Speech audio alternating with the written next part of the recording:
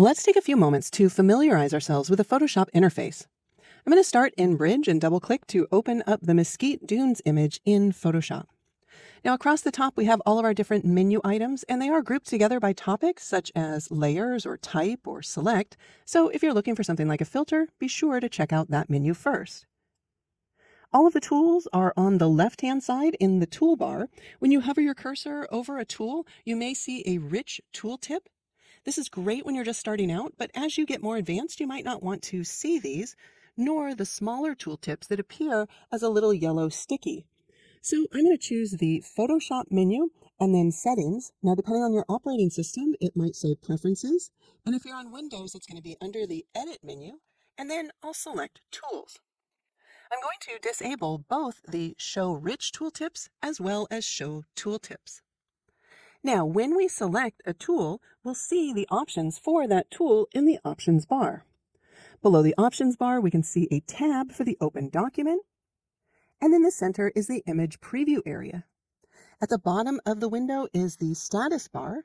We can click on the chevron in order to select from a number of different options to be displayed. To the right of that, we see the contextual taskbar. Now, as we change tools and add different types of layers, the options on the contextual taskbar will change as it tries to help anticipate whatever tools we'll need next. For example, if I use the marquee tool and drag a selection, we can see that it's repositioned, and now I have different options to choose from. I'll go ahead and click on Deselect, and it moves back to the bottom. If we want to reposition it, we can drag on the grabber handle and then drag and drop it wherever we want. We can also use the three dots or the More icon in order to reset the bar position, to pin the bar in a certain location, or to hide the bar. If we choose to hide the bar, we can always access it again under the Window menu down at the bottom by selecting Contextual Taskbar. I imagine that over time, the Photoshop team will be adding additional options, so be sure to check out the taskbar to access to quick features. Now, on the right-hand side of the screen are several panels that have additional options for working with Photoshop. It's important to note that your screen might look different than mine because either you've rearranged the panels yourself or Photoshop has arranged the panels differently based on your screen resolution. We'll talk about hiding and showing and rearranging panels in depth in other videos, but for now, I'd like to suggest that you use the chevron in the upper right in order to select the Essentials workspace, and then if it still doesn't look the same, select it again and choose Reset Essentials. This way, we'll all be starting with a similar setup. In addition, there are a few small changes that we can make to the interface to help us get the most out of Photoshop environment. First of all, I like to maximize the application. So on the Mac, that means I would click on the little green icon in the upper left. On Windows, you'd click on the rectangular maximize icon in the upper right of the application. If I maximize my application and I need to switch to another application, I can always use the shortcut Command-Tab on Mac or Control-Tab on Windows to cycle through my open applications. Second, you can choose a lighter or darker color theme for Photoshop. I'll return to the Photoshop menu and then Settings or Preferences. Again, on Windows, this would be under the Edit menu, and choose Interface. If you're working in Photoshop for hours at a time, it might be easier on your eye if you choose one of the darker color modes. But if you prefer one of the lighter ones, you can go ahead and choose from any of the four options. I like to change the highlight color as well from the default to blue. That means that when I select a layer, it's going to highlight in blue and it'll make it easier for me to see it. I'll also choose neutral color mode. That's just going to take the color out of icons such as this share button. You can also use the search bar within the preferences to search for any preference that you're looking for. All right, if I ever want to change the color that surrounds the image in the image preview area, we can right-click or you can control-click on Mac and then select from any of these options. So for example, if I wanted to see what this image would look like against a white background, I could choose Select Custom Color and use the color picker in order to select a white. I'll zoom out once using the View menu and then zoom out so we can see that area in white a little bit larger. All right, I'm going to right-click again, control-click on Mac, and then set it back to the default. If you know the tool or the command that you're looking for, but you don't know where to find it, you can try using Photoshop's Discover panel. We can access this by either clicking on the magnifying glass, or we can choose the Edit menu and then select Search or use Command F or Control F on Windows. Let's say, for example, I was looking for my swatches. As I start typing it in, we can see that Photoshop tells me not only where the swatches panel is, but it will also show me options that are associated with colors and swatches. All right, let's go ahead and close that. Excellent. Now that you're more familiar with Photoshop's interface, it will become much easier to find the tools and commands that you want to use. Let's take a look at how easy it is to work with multiple documents in Photoshop. I'm going to start in Bridge and select all three of these images. You can do so by clicking and dragging over them, or you could click one, hold down the Shift key, and click the other to select all three. Then in order to open them, I'll use the keyboard shortcut Command-O on Mac, Control-O on Windows. So by default, Photoshop is going to open all three of these images into tabs. We can click on the tab of any of the images in order to view it. We can also click and drag if we want to reorder the tabs. And if we want to cycle through all of our open documents, we can use the keyboard shortcut Control-Tab, and that's the same on both Mac and Windows in order to move through all of our open documents. Now, if I want to view multiple images at once, I can use the Window menu and then choose Arrange and select from any of these different options. You'll notice that the 4-up and 6-up are grayed out, and that's just because I only have 3 documents open. If you just want Photoshop to pick the layout for you, then you can choose the Tile option. Now let's say I select a different image by clicking on it, and I want to return to the tabbed view. I can choose Window, and then Arrange, and then Consolidate all to tabs. If I want to float a window, I can click on the tab and then I can drag it out. This can be very handy if I want to move this, say, to a secondary monitor. If I want to drag out a second window, I can float that window as well, or if I position it over the already floating document, then it will create tabs within that floating document. The only problem is if I now click on this tab document, the floating one will be hidden behind it. If I need to find a document that's been hidden, we can choose the Window menu, and down at the very bottom, it will list all of our open documents. So if I choose the Cracked Clay, then that will pop it back to the foreground. I could also choose the Window menu, return to Arrange, and then choose Consolidate all to tabs again to make those floating documents back into tabbed documents. When we want to close our documents, we can click on the X in order to close the document, or we can choose the File menu and select Close. If we have multiple documents open, we can choose to close them all, or if we want the active document to stay open and we just want to close the other documents, we can choose Close Others. For now, I'll choose Close All, and because we hadn't done anything to the image, Photoshop will close them all.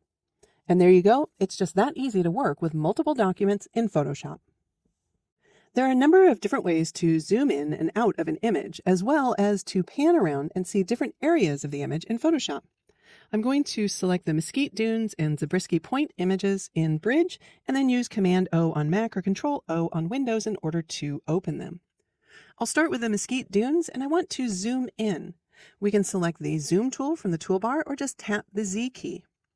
By default, the icon has a plus in it, and every time I click, I will zoom in on the image.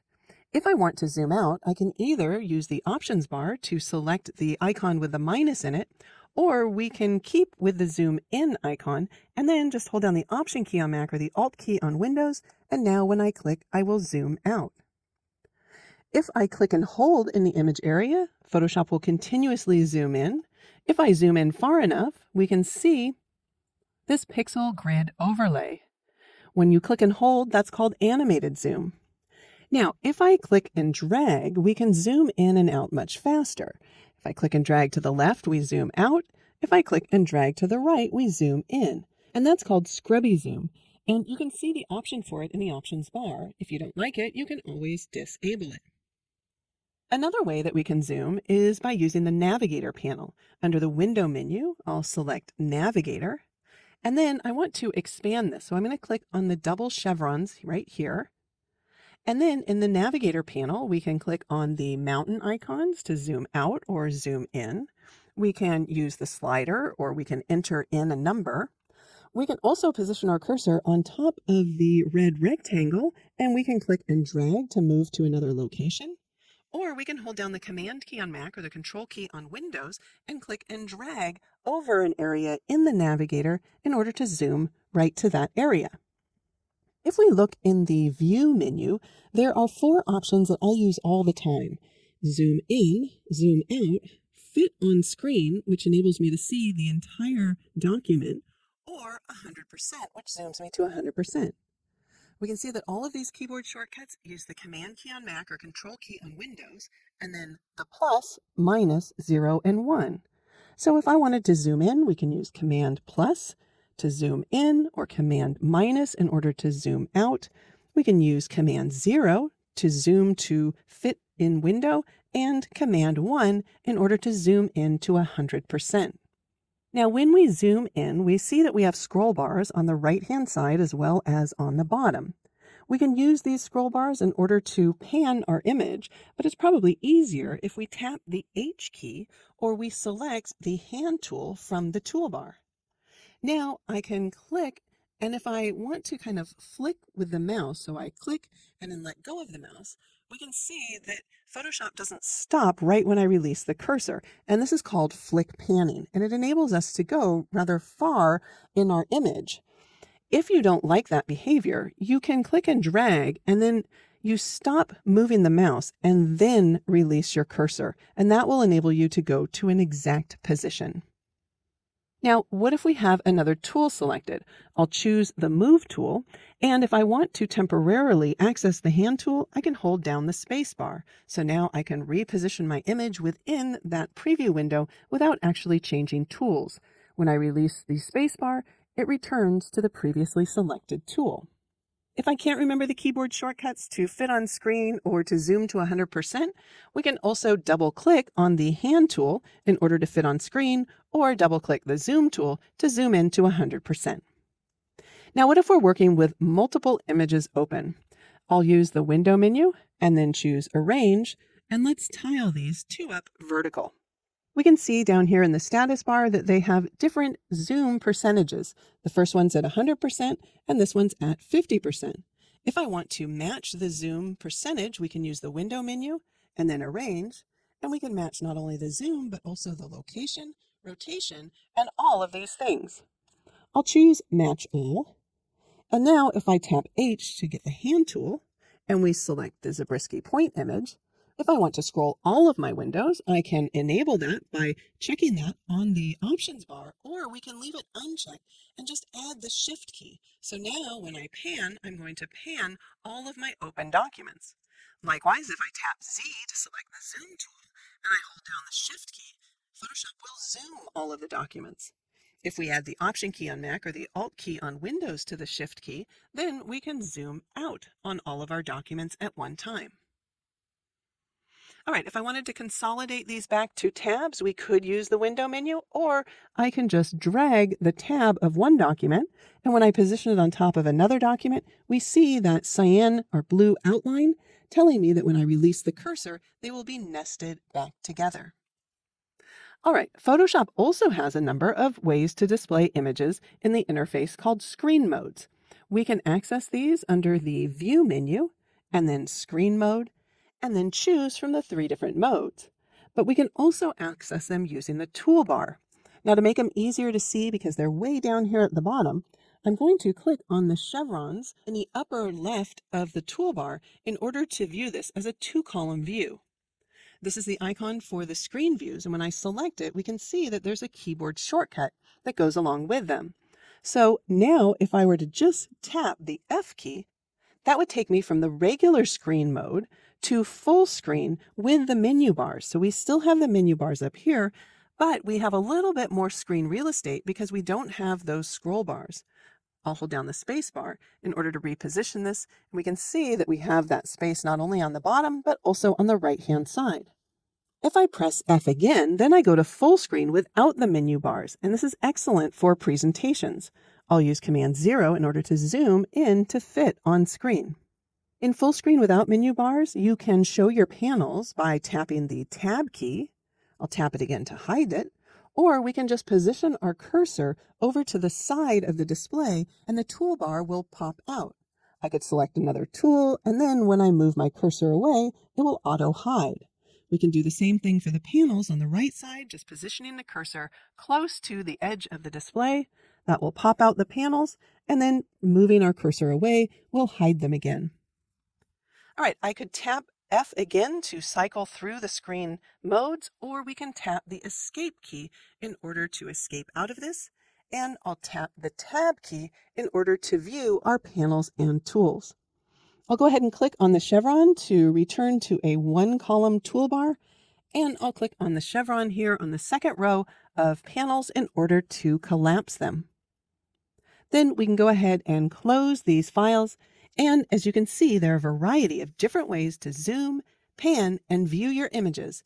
It's good to know that they all exist so that you can find the method that works the best for you.